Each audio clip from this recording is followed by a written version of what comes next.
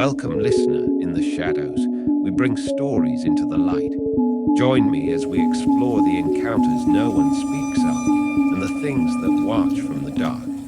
If you're still here after all that, you already know the kind of stories we tell. The kind that crawl under your skin, that echo in the quiet when the episode ends. If you want to carry a piece of that darkness with you, wear what haunts you. Our exclusive line of merch is made for listeners who feel more at home in the uncanny, the unspoken, the things that don't make sense in the daylight. Shirts, hoodies, and other gear, designed with that same atmosphere of dread, mystery, and whispered wrongness. Candles support the channel, feed the stories. You can grab yours at https:// the shadows printify me, and as always, don't look behind you. Night Market of the Moon, Chapter 1. The town at the edge of dust.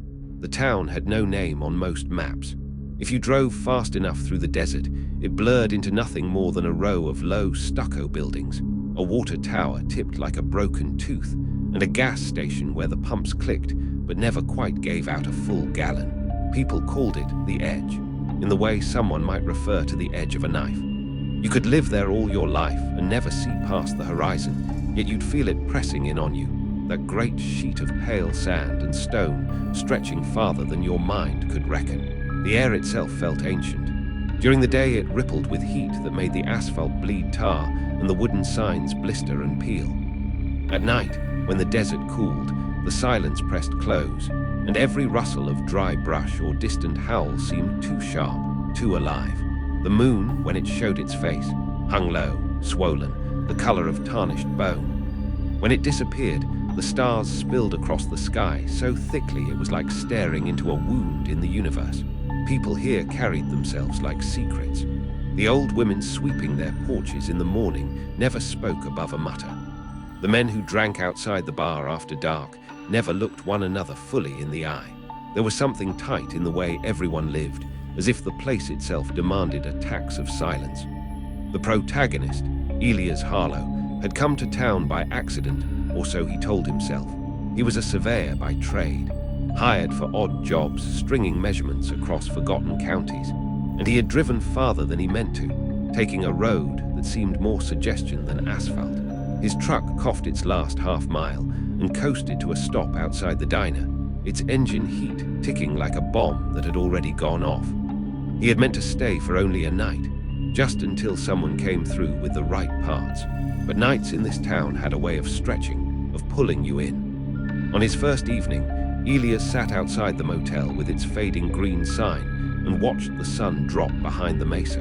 The light bled red against the windows, and one by one, the lamps along the main street flickered alive.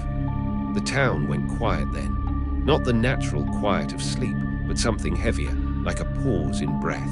A girl selling bottled soda from a crate wandered past him.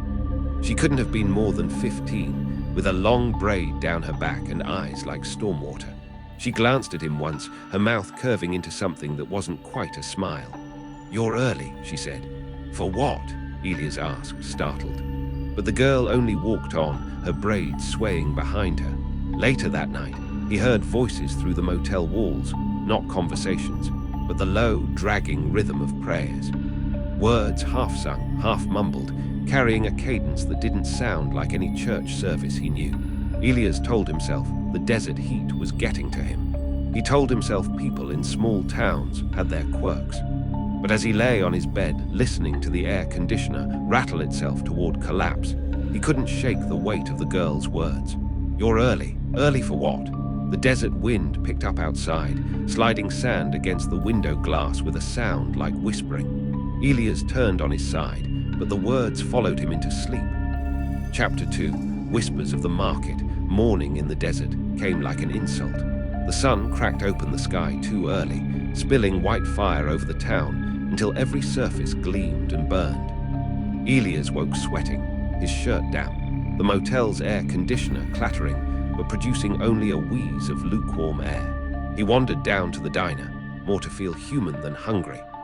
Inside, the ceiling fans stirred the air half-heartedly, pushing the smell of old grease and coffee that had been boiled down to bitterness. A handful of locals sat in their usual places, faces drawn tight, eyes fixed on their plates as if the food itself might slip away if they looked up. The waitress, a woman with lined skin and hair pulled into a fraying bun, poured him coffee without asking. Her name tag read Mara. "You're not from here," she said flatly, sliding the cup across the counter. "Just passing through," Elias replied. Her eyes flicked up, catching his in the chrome shine of the coffee pot. "That's best." She moved on before he could ask what she meant. He ate in silence, listening. That was the trick in a place like this. Don't pry, don't push, just let the words drift to you like dust. And sure enough, they came. Two men at a corner booth spoke in hushed tones. "Moonless tonight," one muttered, dragging a fork through his eggs.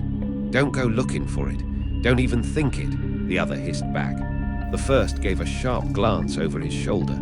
His eyes brushed Elias before snapping away. Both men went quiet.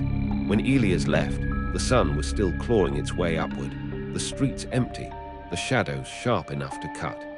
He lit a cigarette outside the gas station and struck up a conversation with the attendant, a wiry man in coveralls leaning against the pump. "Truck's dead on me," Elias said, gesturing toward the motel. "Know anyone who can get parts out here?" The attendant gave a dry chuckle. "You'll be waiting. Tow don't come through more than once a week." Elias swore under his breath. The man tilted his head, squinting. "You picked a hell of a night to get stuck." "Why's that?" The attendant tapped his cigarette, letting the ash fall into the sand. "Moon goes dark tonight. That's when it comes." Elias frowned. "When what comes?" The man gave him a long, measuring look. His voice dropped low, as though the sunlight itself might overhear. "The market." The word hung there, heavier than it should have been. Elias almost laughed, but something in the man's face stopped him. "Market," Elias echoed. "Don't ask," the attendant said sharply. Then softer, almost pleading, "Don't go. Folks go looking for it. They come back wrong. If they come back at all." Before Elias could press further, the bell above the gas station door jingled, and the conversation died. The man straightened, busying himself with the pump, his shoulders rigid with the relief of escape. Elias carried that word with him the rest of the day. Market. It stuck in his head like a burr. Each time he looked down the dry stretch of highway or across the wavering horizon, he caught himself wondering, what could a town like this possibly have to sell? By sundown, the streets had emptied. Curtains were drawn. Porch lights clicked off one by one. Elias stood at the edge of Main Street, watching the last glow bleed from the sky. And for the first time, he noticed the silence wasn't just silence. It was waiting. Chapter 3, The Moonless Night. The desert held its breath. Elias sat outside the motel with the broken neon sign buzzing overhead, staring up at the sky. The moon should have been rising, but the horizon was bare, a void where silver should be. The stars pressed closer, so sharp and countless it made him dizzy to look at them. Somewhere far off, a coyote yipped once, thin as a knife's edge, then nothing. The whole town had gone to ground. Not a porch light glowed.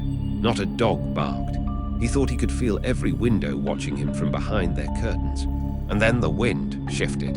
It wasn't strong, just a ripple, a sigh over the sand, but it carried with it a smell Elias couldn't place. Sweet and metallic, like overripe fruit mingled with the tang of blood. The hair on his arms stood up. He heard it before he saw it, the rustle of canvas, the murmur of voices. He turned toward the outskirts of town, the open flats of the desert. At first, there was nothing, just empty sand stretching into the dark. But as he stared, something gathered at the horizon, shapes that hadn't been there a moment ago, black humps swelling against the starlight, like fungi bursting from the earth. Tense, they rose in silence, one after another, canvas billowing upward, as if the ground itself exhaled them. Poles planted themselves, lanterns blinked alive, casting sickly hues of green and amber. Elias rubbed his eyes once, thinking he was hallucinating from the heat, but when he looked again, the shapes had multiplied. Rows upon rows, a market blooming from nothing, and there were people. Figures walked the lanes that hadn't existed a heartbeat before. Some moved like locals, men in boots, women with shawls, but others looked wrong. A man too tall, his limbs jointed like sticks. A woman in a dress stitched from something that shimmered like fish scales. Children with mouths too wide, laughing with a sound that made Elias' teeth ache. The sound of commerce floated on the air. Coins clinking, knives sharpening, words bartered in languages he didn't recognize. But underneath, there was a rhythm, like the whole place breathed in unison, pulling him closer. Elias realized his feet were already moving, off the motel steps, across the gravel, onto the packed sand where the first stall stood waiting. His chest tightened, a strange mix of dread and wonder. The first stall glowed with lanterns filled not with flame, but with something liquid, pale as bone marrow. Behind the counter, a woman with cataract-clouded eyes held out a glass jar. Inside it swirled a dark, velvety vapor. "Borrowed sleep," she whispered. Her voice was the scrape of dry leaves. "Trade me the memory of a morning, and it is yours." Elias stumbled back, but the lane stretched wider before him, pulling his gaze deeper. He saw more stalls now, each one stranger than the last. A table stacked with maps drawn on animal hides, marked with rivers and cities he'd never heard of. A butcher carving slabs of meat that gave off no smell, yet when a passing man bit into a strip, tears spilled down his cheeks, and he gasped, "It tastes like my mother's kitchen." Lantern light flickered across faces that shifted when he tried to focus on them, expressions slipping like masks. Elias turned, meaning to retreat back toward the safety of the town, but the road behind him had vanished. The tents had unfolded there too, thick and endless, hemming him in. The market had opened, and he was already inside. Chapter 4. The Vendors. Elias drifted deeper into the lanes, each step swallowed by dust that seemed to rise only beneath his boots. The air was heavy, thick with mingled scents. Resin, charred meat, old perfume, the copper tang of blood carried on the wind. The tents bent overhead, their canopies stitched from fabrics too strange to name. Hides with paws like eyes, silks that shimmered like oil on water. The vendors called to him in low voices, never shouting, never pressing. Each word was heavy, magnetic, as if the syllables themselves carried weight enough to pull him closer. The first stall to catch him was a narrow table draped in velvet. Upon it stood a dozen glass jars, each filled with a dark vapor that swirled like storm clouds. The woman behind the table was blind, her eyes milk-white, but her head turned unerringly toward him. "Borrowed sleep," she rasped. She lifted one jar, and the mist inside brightened, curling against the glass as though alive. "For a memory you no longer need. A sunrise, perhaps, or the name of a childhood friend. Sleep without dreams, thick as a stone dropped in a well." Her lips curled in the shadow of a smile. "A fair trade, don't you think?" Elias backed away, though the promise tugged at him. A few steps further, he found a stall lined with parchment maps.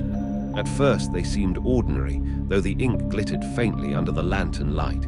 But as Elias leaned closer, he realized the maps showed no places he knew. Mountain ranges bent impossibly, rivers twisted into labyrinths, cities sprawled where the desert now stretched barren. The mapmaker was a thin man with fingers stained black, his nails sharpened into points. "To any place you wish," he murmured. "Lands that do not yet exist, or that exist only in forgetting. Trade me the sound of your father's voice, and the path is yours." Elias stepped back again, his heart stuttering. The market breathed on around him. He passed a butcher's block where no flies gathered. Slabs of flesh hung from hooks, some striped, some veined with light like marble. The butcher carved a strip, seared it on a flat stone that hissed though no fire touched it, and held it out to a woman. She took one bite and began to weep, shoulders shaking as she clutched the meat in trembling hands. "It tastes like the summer I was 10, she sobbed. "The orchard, the cider, my mother's," her voice broke. She ate again anyway, desperate. The butcher looked at Elias with a grin too wide. "What year would you taste again, traveler?" he asked. "Trade me the color of your eyes, and you may feast." Elias shuddered, moving on. At another stall, long knives gleamed, their blades whispering faintly though no one touched them. A vendor with a face hidden in shadow ran his finger along one edge. "Cuts memory," he said softly. "Clean and quick. Slice away grief, fear, regret. Trade me your laughter, and you'll never feel sorrow again." A cold weight sank in Elias' chest as he walked. Every stall seemed to know what he lacked, what he longed for, as if the vendors could read the hollows in his soul like ledgers. He turned down another row. Here, cages stood stacked, covered with cloths that shifted from within. A boy no older than 12 lifted one covering, and Elias glimpsed something inside. A pale, gasping thing shaped almost like a bird, but with teeth, feathers slick and glistening as though wet. The boy's grin was sharp. "Creatures that drink your nightmares," he whispered. "You'll sleep like the dead. Trade me your first kiss." Elias stumbled back, heart racing, breath shallow. The market stretched endless in every direction. Lanes that wound and doubled, stalls blooming like tumors, their wares gleaming with temptation. Everywhere he turned, vendors held out promises, each one richer, darker, more tailored to the secret aches he hadn't spoken aloud. And beneath it all, the market pulsed. A low hum, steady as a heartbeat, running through the ground, through his bones, whispering with each step, "Trade, trade, trade." Chapter 5. The first trade, Elias told himself he wouldn't stop again. He told himself he would just keep walking, push through the rows until he found the edge, and leave. But the market's lanes twisted like intestines, folding back on themselves, spilling him deeper and deeper into its throat. Everywhere, whispers. Every vendor seemed to breathe his name, though none spoke it aloud. Every lantern cast a glow that made his shadow stretch long and thin, bending in directions he wasn't moving. And then he came to the stall. It was smaller than the others, tucked between a butcher's canopy and a table of knives that sang faintly to themselves. A single candle lit it, guttering against the dry desert wind, but the flame never went out. Behind the counter sat a woman no older than 30, her hair dark and straight, her skin pale as chalk. Her eyes were wide, liquid, fixed on Elias the moment he saw her. On the counter before her lay only one item, a vial no larger than a thumb, filled with something that shimmered faintly blue, like light caught in water. "Thirst," she whispered. Her voice was almost kind. "For when the desert burns you hollow, just one drop and you will never feel parched again." Elias stopped. His lips were cracked, his throat dry as bone. He realized he hadn't had water since morning, and his canteen back at the motel was empty. A terrible craving burned in him the more he stared at that tiny vial. "What's the price?" he asked, trying to sound steady. The woman tilted her head. Her eyes glimmered. "Small," she promised. "Nothing you will miss. A scrap of memory, the tune of a song you've forgotten the words to. Give it to me and thirst will never touch you again." Elias felt his chest loosen. A song, he couldn't even think of one, not clearly. What was a song compared to relief, to coolness, to that shimmering blue promise? He nodded before he could stop himself. The woman reached out, her hand cool as marble, and pressed 2 fingers to his temple. It wasn't a pain, not exactly, but a pulling. A tug inside his skull, deep, threaded. He gasped as something was lifted from him, light and weightless, like dust blown away. He tried to recall what it was, but already it was gone. The woman smiled. She set the vial in his palm. Elias uncorked it. The liquid slid down his throat like silk, and immediately the dryness vanished. His lips softened, his tongue unstuck from the roof of his mouth, his chest filled with cool ease. Relief so pure it nearly broke him. But when he tried to hum to test his voice, the sound caught. Nothing came but a hollow rasp. He frowned, tried again. The sound was there, but thin, tuneless, as though something had been erased from his throat. The woman only smiled wider. "A fair trade," she said. The market hummed louder around him. Elias clutched the empty vial in his fist, his pulse hammering. The relief still lingered in his body, cool and sweet. And yet a pit yawned in his chest where that small, nameless thing had been. He told himself it didn't matter. It had been just a song, just one song. But the silence inside him felt larger than that. Chapter 6. Market Fever. Elias walked with a steadier step now, the empty vial warm in his pocket. His tongue was wet, his throat soothed, and every breath he took slid down smooth as river water. He hadn't realized how constant the desert's thirst had been until it was gone. It felt like a miracle, like cheating. A song, he told himself. That's all. One forgotten tune I couldn't even remember the words to. Fair for a lifetime without thirst. A deal anyone would make. He almost smiled. The relief was so total it seemed to ripple through his skin, making the air feel lighter, his legs less heavy. For the first time since arriving in town, he felt alive again. But when he hummed under his breath, the sound faltered. The hollow rasp reminded him it was gone. Not just the song, but something behind it. He shook the thought away. It didn't matter. The market had other lessons to teach. He wandered deeper, letting the stalls wash over him, each one a whisper against the hollow he'd just created. A man at one counter traded his sense of taste for a pouch of coins that shimmered like molten silver. He laughed as he poured them into his hands, but the butcher beside him pressed a strip of meat to his lips, and he chewed with a blank, mechanical stare, no pleasure crossing his face. A woman bartered the memory of her wedding day for a mirror that showed her face 10 years younger. She smiled into it, radiant, until she looked away, and her husband at her side flinched as though she were a stranger. Elias stopped at another stall where a boy, barely older than 16, clutched a jar glowing with golden light. His eyes shone with triumph. "What did you give?" Elias asked before he could stop himself. The boy looked at him blankly. "Give? What was the price?" The boy's expression faltered. His jaw worked, but no words came. Then he turned away sharply, clutching the jar as if it were the only thing anchoring him to the earth. The market swallowed him. Elias' stomach tightened. He pressed on, passing stalls where tears ran down cheeks not from sorrow, but from too much joy, from the shock of tasting, touching, reliving things thought long dead. The air itself seemed to pulse with hunger, with desire. He realized he was grinning, too wide, foolish. His body still sang with the relief of waterless thirst, the false promise of permanence. He told himself he was stronger than the others, smarter. He wouldn't give away too much. Just one more trade, something small. He could feel the market leaning toward him, listening. The lanterns flickered, and the whisper in the dust grew louder, steady as a drumbeat. Trade, trade, trade. And though he tried to slow his steps, Elias knew with a cold certainty that he was already looking for his next bargain. Chapter 7. The Seller Who Knows Them. The air seemed heavier in this part of the market. Gone were the glittering jars of bottled stars, the brazen calls of merchants hawking meats that smelled of long-gone summers.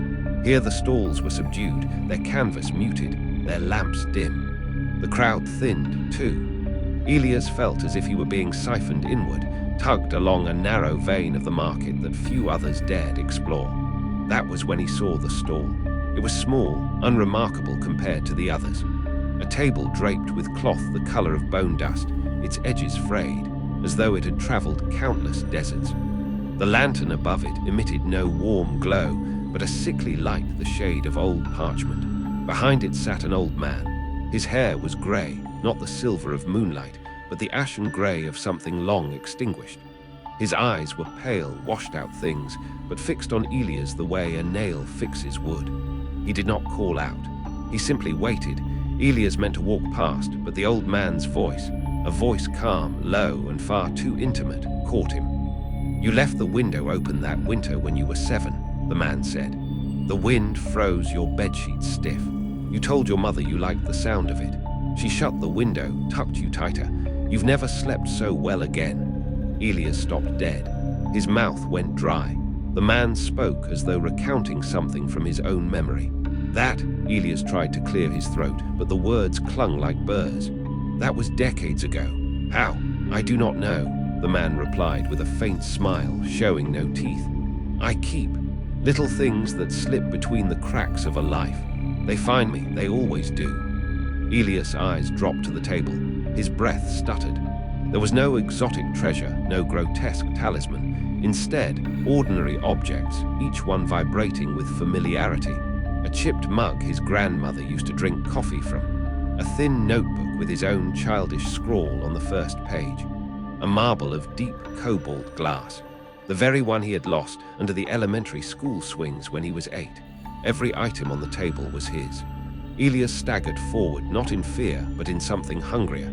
His chest burned with a need he hadn't known he carried. That marble, that notebook, that mug. They radiated a gravity that pulled at his ribs. They weren't simply things.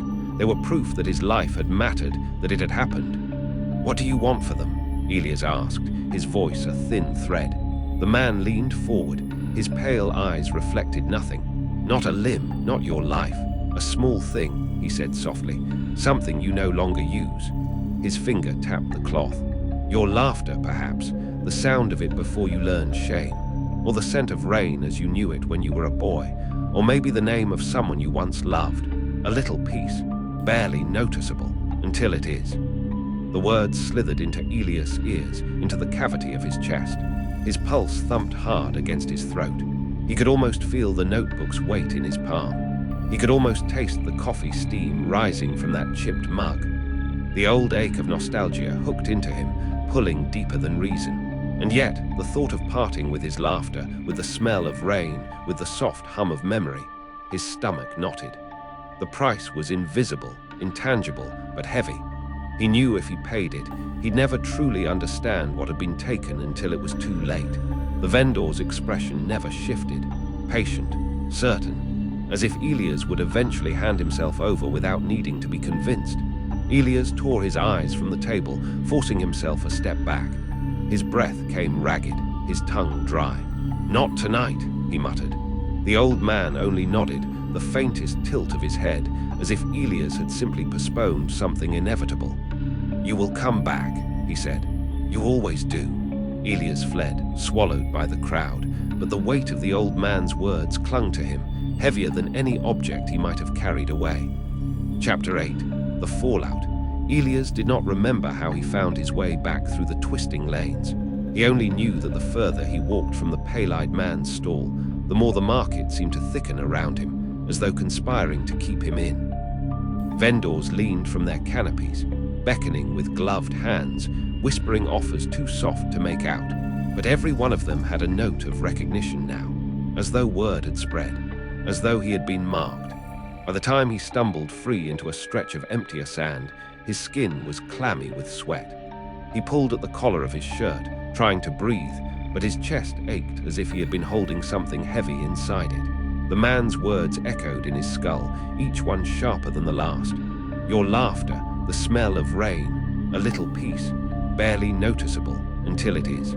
He tried to laugh then, just to prove it was still his.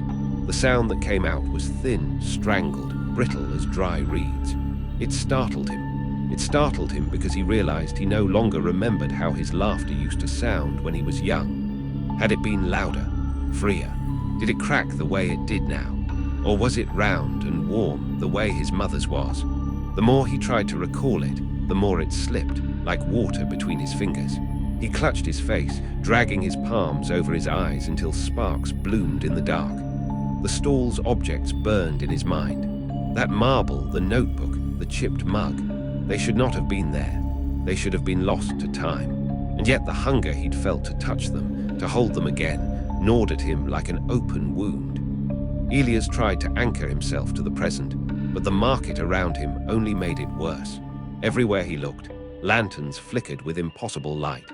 Green flames, blue shadows, lamps that cast reflections of faces he didn't recognize.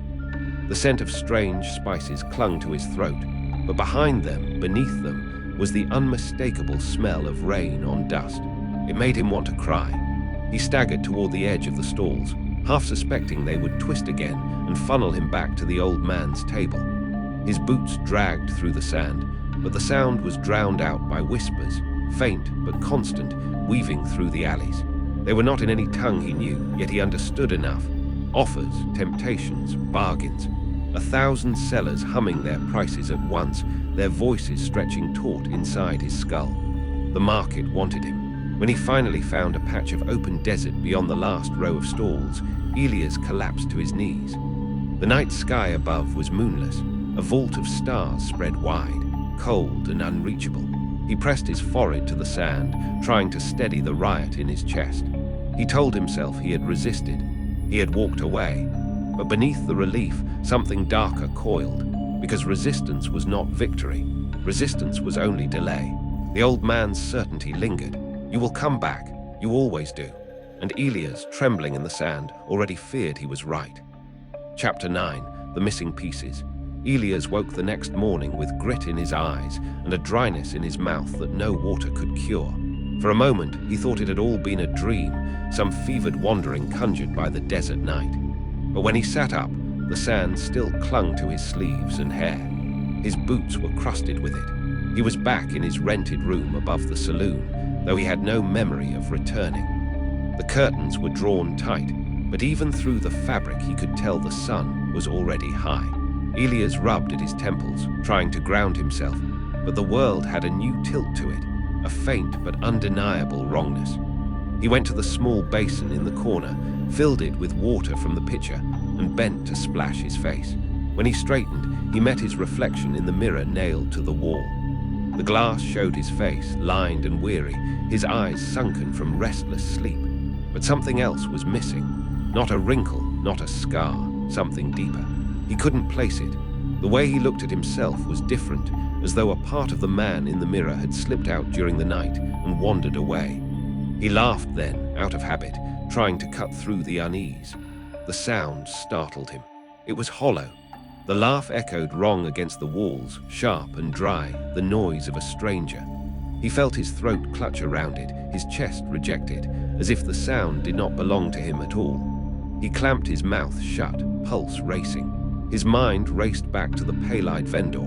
Your laughter, perhaps, barely noticeable, until it is. No, Elias muttered, shaking his head, as if denial could reseal whatever bargain he had made unknowingly.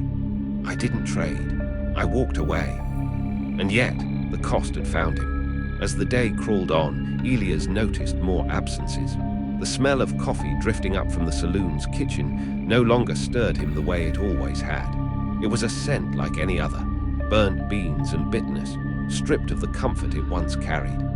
He tried to hum to himself as he walked the town's narrow streets, but halfway through, he realized he didn't remember the rest of the tune. Not just the words. The sound of it was gone, snatched from him like a page torn from a book. Everywhere, little pieces had slipped away.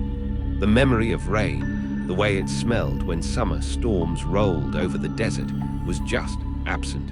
He could picture water falling from the sky, yes, but the scent of it, the sweetness on dry earth. It was gone. A blank where it had been. The notebook, the marble, the chipped mug. They burned in his thoughts again, but now with a crueler edge. He realized with dread tightening his chest that they hadn't merely been trinkets. They had been anchors. And without them, the ground beneath him was coming apart. By nightfall, Elias sat alone in his room, staring at the wall, hands pressed hard against his knees to keep them from shaking. The vendor had been right. A piece had been taken. He hadn't even agreed to the trade, but the market had marked him all the same. And in the hollow silence of that room, Elias began to wonder if resisting had ever been an option at all. Chapter 10. The return Elias lasted 2 more nights. 2 nights of hollow laughter, of reaching for memories that crumbled like ash in his hands. 2 nights of staring into his reflection and not knowing if the man gazing back was still him. He told himself he could endure it, that these were only tricks of exhaustion or guilt. But each morning something else was gone. A smell, a sound, the warmth attached to an old recollection. The absences stacked like debts, and soon Elias felt himself becoming a shell that rattled with echoes. By the second night, the silence inside him had grown so vast it scared him more than the market ever had. And so, when the moonless dark rose again, Elias went out into the desert. The town behind him slept fitfully, unaware, while the sands stretched endless under a sky stitched with indifferent stars. He carried no lantern, only the tug in his chest, the pull of absence leading him forward. He walked as though guided by memory or hunger or fate until the night shimmered. The market bloomed. It rose from the desert as if it had always been there, a sprawl of crooked tents, wagons and flickering lights stitched from shadow and flame. Voices drifted on the air, soft and inviting, like water running over stone. The scent of spices, sweet and acrid, clawed at his throat. Elias felt no hesitation this time. Fear tangled with desire, but desire burned brighter. He plunged into the first alley of tents, pushing past merchants who leaned out with knowing smiles. Every step deeper felt like walking into the marrow of himself. The stalls were more vivid than before. Jars shivered with trapped whispers. A butcher displayed slabs of meat that gleamed as though oiled by memory itself. One vendor offered keys on chains, each tag inscribed not with numbers, but with names. Elias did not stop. He walked as though the market had been waiting, reshaped for him alone. And in truth it had. The path narrowed, twisting him deeper until he emerged into a hollow where the pale-eyed vendor waited. The same table, the same sickly lantern, and still the same objects, his objects, laid out like bait on the cloth. The old man lifted his gaze, as calm and certain as before. "I told you," he said, "you would come back." Elias' throat tightened. His hands trembled as he stepped closer, eyes drinking in the chipped mug, the blue marble, the notebook with his childish scrawl. They seemed to glow against the drab cloth, brighter than the lantern itself. "I didn't trade," Elias said, his voice raw, "but things are already missing." The man's lips twitched, not quite a smile, not quite pity. The market always takes its due. It is not cruelty, it is balance. You brushed against the thread, and the thread unraveled. The only way to mend it is to weave again. Elias' mouth was dry. He could taste the price even before it was named. "What do I have to give?" he asked, though dread rolled cold in his stomach. The vendor spread his pale fingers. "More than you think, less than you fear. The question is not what I will take. The question is what you are willing to lose to feel whole again." Elias stared down at the table. The marble, the mug, the notebook, anchors to a life slipping away grain by grain. And somewhere in the hollow of his chest, he already knew he would pay. Chapter 11. The second bargain. The air between Elias and the vendor seemed to thrum, not with sound, but with a pressure, as though every heartbeat echoed through the table. The chipped mug, the marble, the notebook, they gleamed faintly in the lantern's sickly glow, promises of wholeness, of repair. Elias' hands twitched toward them, but he froze, waiting for the cost to reveal itself. The vendor leaned forward, his pale eyes fixed on Elias with unbearable patience, as if centuries had prepared for this single moment. "You have already begun to lose," he said. "A laugh, a song, a scent. The edges fray because you brushed against what was once yours. But I can still return them, for balance, for a price." Elias swallowed hard. His mouth felt full of dust. "What price?" he whispered. The man's hand drifted across the table, long fingers grazing the cloth. "Not your laughter this time. Not rain, something deeper. I will have a name." Elias' chest clenched. "A name. One that matters," the vendor said softly. "One that roots you. It will not vanish from the world. It will only vanish from you. A mother, perhaps, a brother, a first love. The market will drink the sound of it from your tongue, the memory of it from your mind. And in return," he gestured to the objects, "you will be made whole again." The words struck Elias like a hammer to the sternum. He could almost feel the marble rolling between his fingers, cool and heavy. He could almost hear his childhood laugh, bright and free. The hunger clawed inside him, fierce and insatiable. But the thought of losing a name, which name? Elias croaked, though he already feared the answer. "That is yours to choose," the vendor replied. "But once chosen, it will not return. It will be gone as though it never was." Elias' knees weakened. His thoughts scattered like frightened birds. He wanted to flee, but the gravity of the table held him rooted. His gaze fell on the notebook, the scrawled handwriting of his younger self. That boy had felt so alive, so solid. He wanted him back.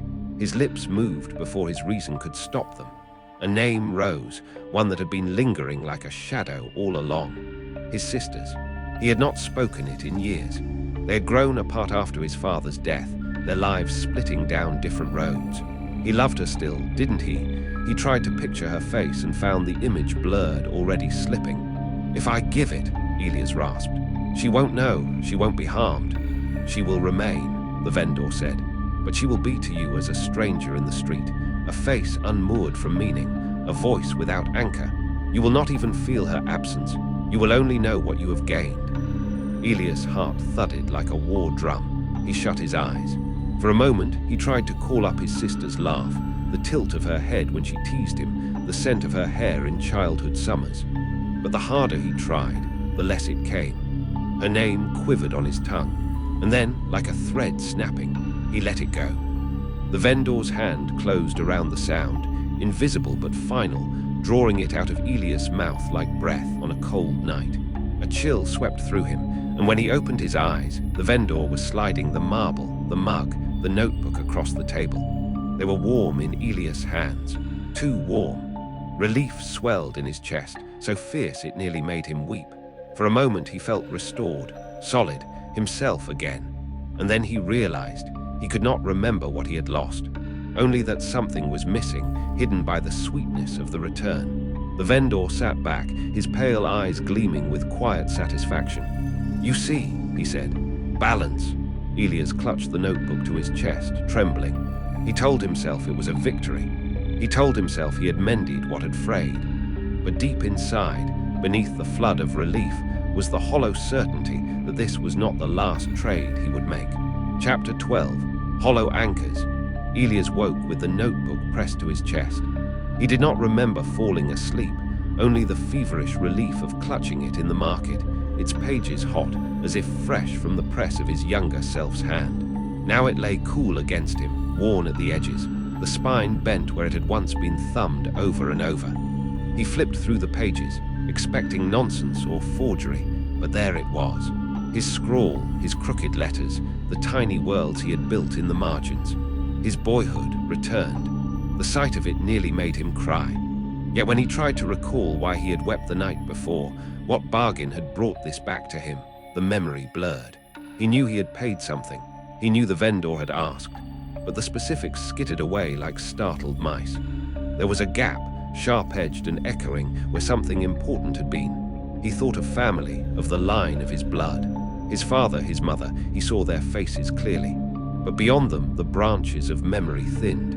There was someone. He was certain of it. Someone who had been there, laughing with him in the dust of childhood. But the image had no name, no anchor. It dissolved when he tried to grasp it. By mid-morning, the gap had become unbearable. He wandered the town's narrow streets, the notebook tucked under his arm like a relic. People passed him, tipped their hats, nodded in greeting, but each face seemed thinner, more fragile, as though meaning itself could be traded away like coin. When a woman at the well smiled and asked after his kin, Elias opened his mouth to answer, and nothing came. He fumbled, stammered, and finally muttered some vague reply. She gave him an odd look, then carried on. Elias stood frozen long after she had gone, panic gnawing his stomach. Back in his room, he searched his belongings for proof of what he had lost. Letters, keepsakes, even stray memories he thought should have carried a name. But there was nothing. The absence was too complete. The market had not merely erased, it had rewoven. And yet the hollowness remained, an itch at the edge of his mind, taunting him with what he could no longer reach. That night, Elias sat with the marble cupped in his palm, rolling its glassy weight between his fingers. It felt real, solid, grounding, but the warmth of it mocked him. For every fragment returned, something else had been stripped away. He stared out the window into the endless desert. The market had promised balance, but balance was not peace. Balance was a scale that never stopped shifting, and Elias, hollowed by absence, felt the weight tilting again. Chapter 13. The market follows. The desert had always been a quiet place, a silence Elias once found comforting. Now that silence was full of listening. Every empty stretch of road, every swath of windless night seemed to carry the weight of something unseen, waiting. It began with dreams. He would wake drenched in sweat, the taste of salt on his tongue, convinced he had been wandering the night market again. The memories were half-smeared, the way ink blurs in water, stalls glowing faintly under a starless sky, hands pressing things into his own, exchanges made without his voice. Worse than the dreams themselves was the residue they left.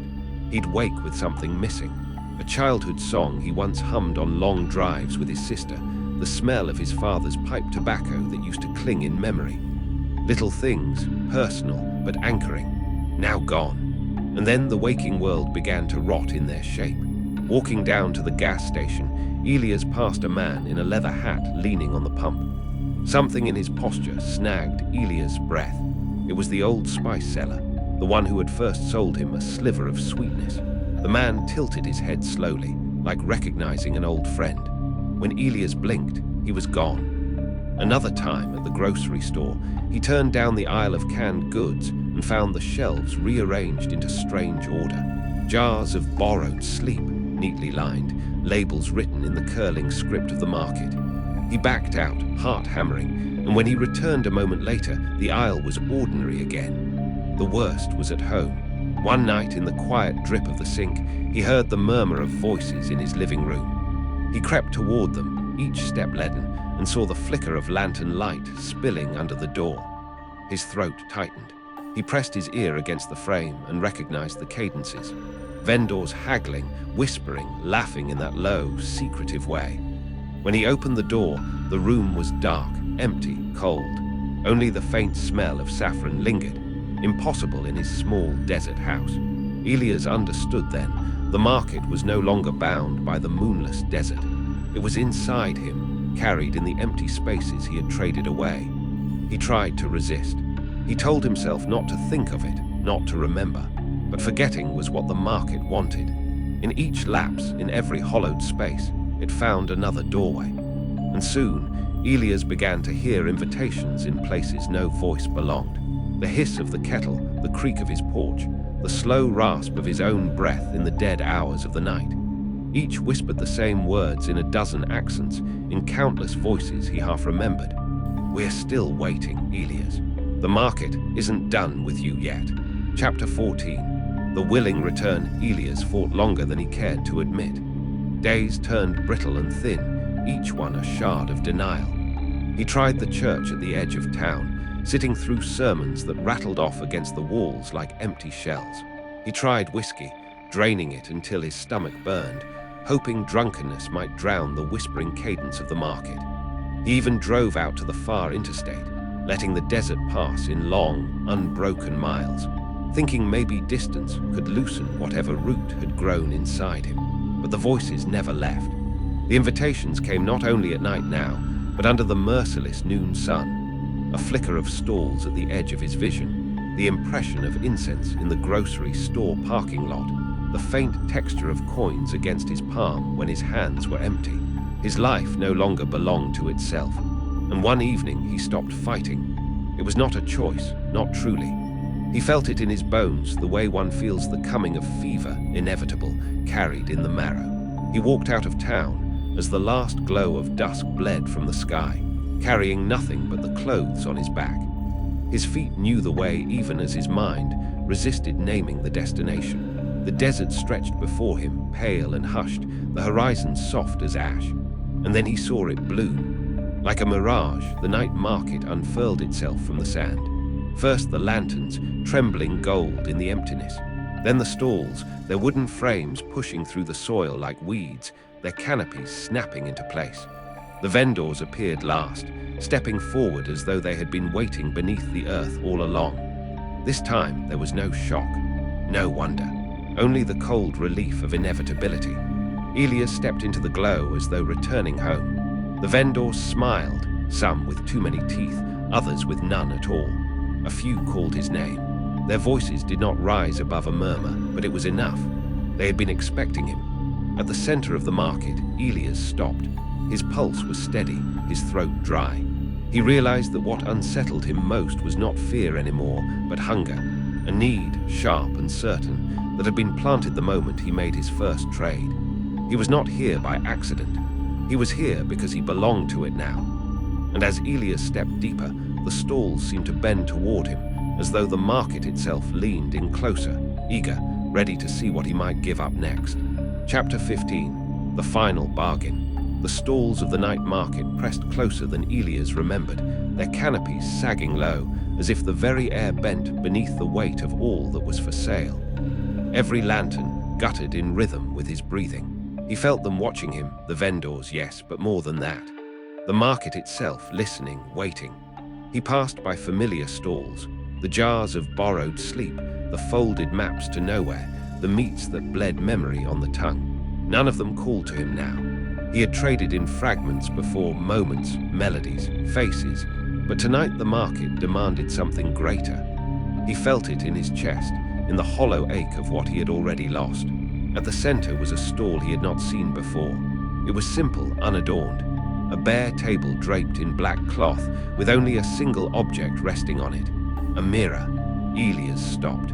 His reflection gazed back, pale and worn, the eyes hollowed from sleeplessness. But the longer he looked, the less familiar that reflection became. The man in the mirror straightened his shoulders, smoothed his face into calmness, and smiled. Not Elias' smile, but one the vendors might wear, patient, knowing, almost pitying. The figure behind the stall stepped forward. He was cloaked, faceless in the lantern light, yet Elias knew with absolute certainty what he was. The seller who had been waiting for him all along. "You've given much," the vendor murmured. "Songs, memories, kin, but the market has not yet had what it most desires." Elias' throat tightened. He already knew what the words meant before they were spoken. "Yourself," the vendor gestured to the mirror. The reflection tilted its head, expectant. Elias felt terror coil in his gut, sharp and hot, but beneath it, something colder. Relief. He was so tired of the hollowing, the constant ache of being haunted. If this was the last bargain, then maybe it would finally end. His voice came out hoarse. "And what do I get?" The vendor leaned close. Where a face should have been, Elias saw only shifting dark, like smoke trapped in glass. Peace. It was not a lie. Elias could feel the promise settle into him, heavy and sure. Hands trembling, he pressed his palm to the mirror. The glass was warm, almost alive. His reflection smiled wider, reached out, and took hold of his hand. For a moment, Elias felt himself split, as though two versions of him stood in the same body, one yearning to remain, the other eager to step through. Then the reflection pulled. It was not violent, it was intimate. A surrender, a handhold, a crossing of threshold. Elias felt himself dissolve into the glass, into the other self, until he no longer knew which side of the mirror he stood on. The vendor folded the black cloth neatly, covering the now empty frame. The trade was done. Elias was gone. Or perhaps he had only just begun. Chapter 16. What remains? The desert town did not notice Elias' absence at first. He had always been a quiet presence, the kind of man who could slip into a diner booth unnoticed or disappear down a road without remark. Days passed before anyone thought to wonder.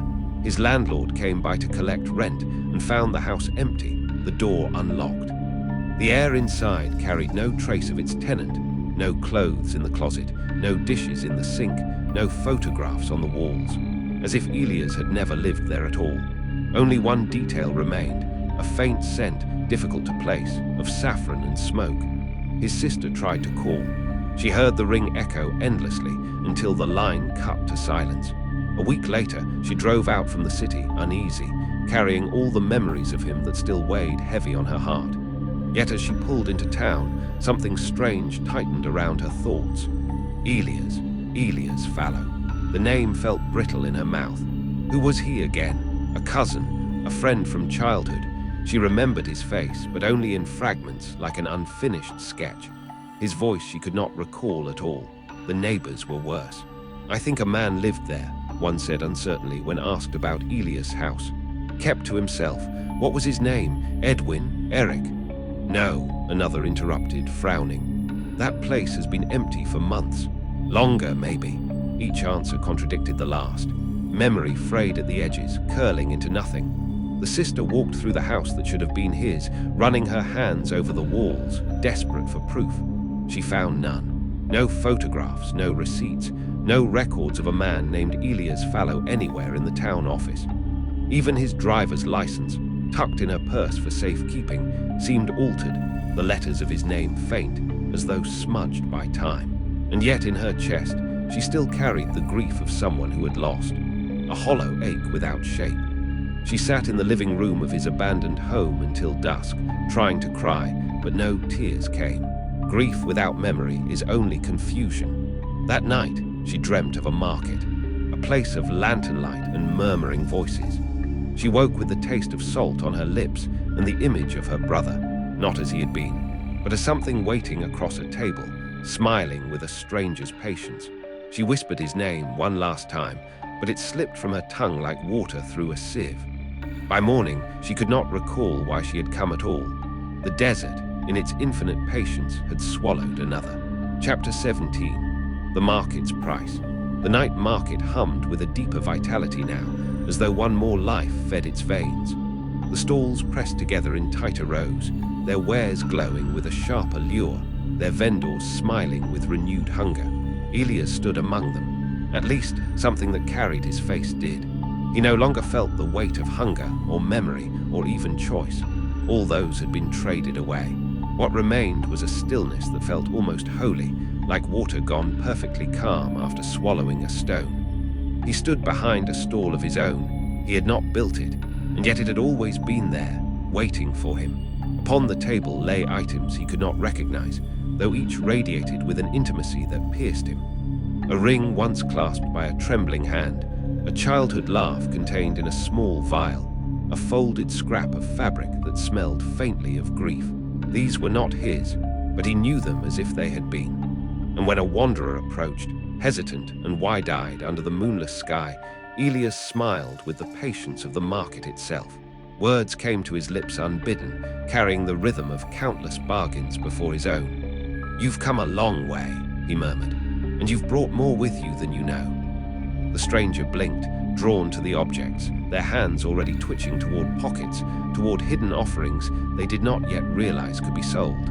Elias felt the pull inside them, the longing, the weakness, the one thing that would crack them open.